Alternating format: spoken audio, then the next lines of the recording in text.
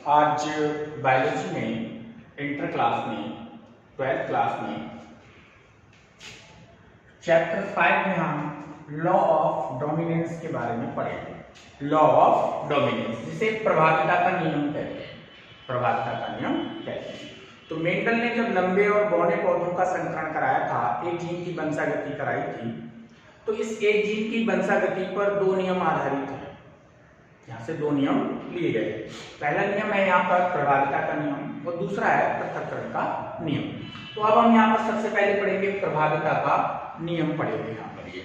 तो प्रभाविता के नियम में क्या है? सबसे पहली बात यह है प्रभाविता के नियम में कि लक्षणों का निर्धारण, देखिए लक्षणों का निर्धारण कारक नामक डिस्क्रीट इकाइयों द्वारा होता है। जैसे समझ लेंगे हम इसके लिए, जैसे ये जो प्लांट्स है वो कैसा है? टॉल प्लांट्स है, लंबा पौधा है यहाँ पर, ठीक। अब यहाँ पर लंबाई का जो निर्धारण है, ठीक है, वो किसके द्वारा हो रहा है? ये कैपिटल टी, ये यहाँ पर क्या कहलाएगा? कारक कहलाएगा, ठीक है। अब यहाँ पर क्या है? ये दूसरा डार्क बौना पौधा है, तो यहाँ पर इस बौनेपन का निर्धारण किससे हो रहा है? स्मॉल टी के कारण हो रहा है। तो लंबाई के लिए कौन है? कैपिटल टी, और बौने के लिए कौन है? स्मॉल टी कारक यहाँ पर होता है। अगली बात इन्होंने ये कही है कि कारक हमेशा जोड़ों में होते हैं, यानी किसी भी लक्षण का जो निर्धारण है वो एक जोड़ा कारक से होता है। एक जोड़े कारक का मतलब ये है कि जैसे ये टाल है, यानी कि लंबा पौधा है, तो यहाँ पर कितने जोड़ी कारक हैं? दो, यानी कि दो एलील है यहाँ पर, एक कैपिटल टी दूसरा कैपिटल टी, यानी कि लक्षण जो कारक है वो यहाँ पर क्या है? जोड़ों में है। देखिए ये यहाँ पर है और ये यहाँ पर दिखाई देते हैं यहाँ पर ये, ठीक। अभी क्या कहते हैं? यदि कारक के दोनों सदस्य क्या हो? असमान हो। अब देखिए ये यहाँ पर जो कारक हैं, यहाँ पर दोनों सदस्य क्या है? असमान है। एक यहाँ पर क्या है? कैपिटल टी है और दूसरा यहाँ पर क्या है? स्मॉल टी है।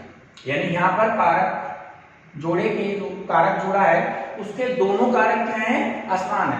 तो यहाँ पर एक कारक दूसरे कारक पर प्रभावी हो जाता है। तो ये कैपिटल टी जो है वो किसके लिए था? लंबाई के लिए था। तो लंबाई वाला जो कारक है किस पर प्रभावी हो गया?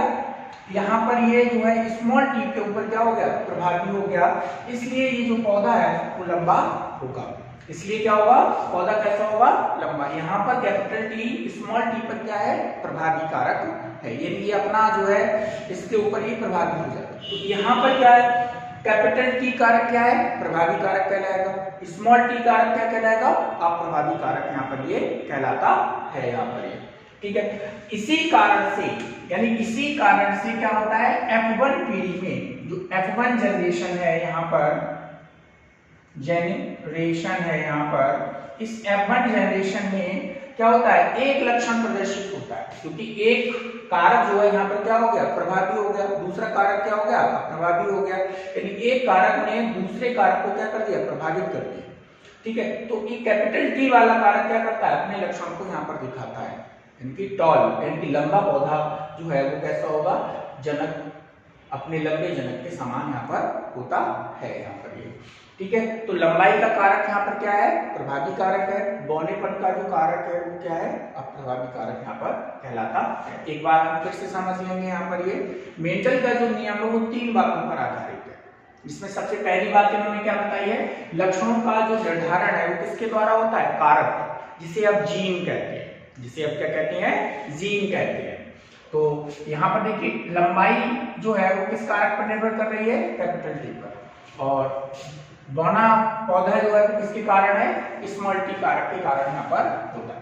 कारक को इन्होंने क्या बताया? जोड़ों में होती है, यानी कि प्रत्येक लक्षण में जो कारक है वो किसमें है? जोड़ों में। जैसे capital T small T, capital T small T, capital T और स्मॉल टी।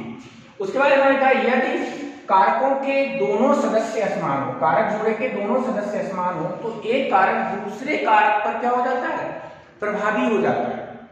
यानी एक कारक प्रभावी और दूसरा अप्रभावी हो जाता है। इसी कारण से F1 में हमें क्या दिखाई देता है? एक लक्षण दिखाई देता है यहाँ पर ये।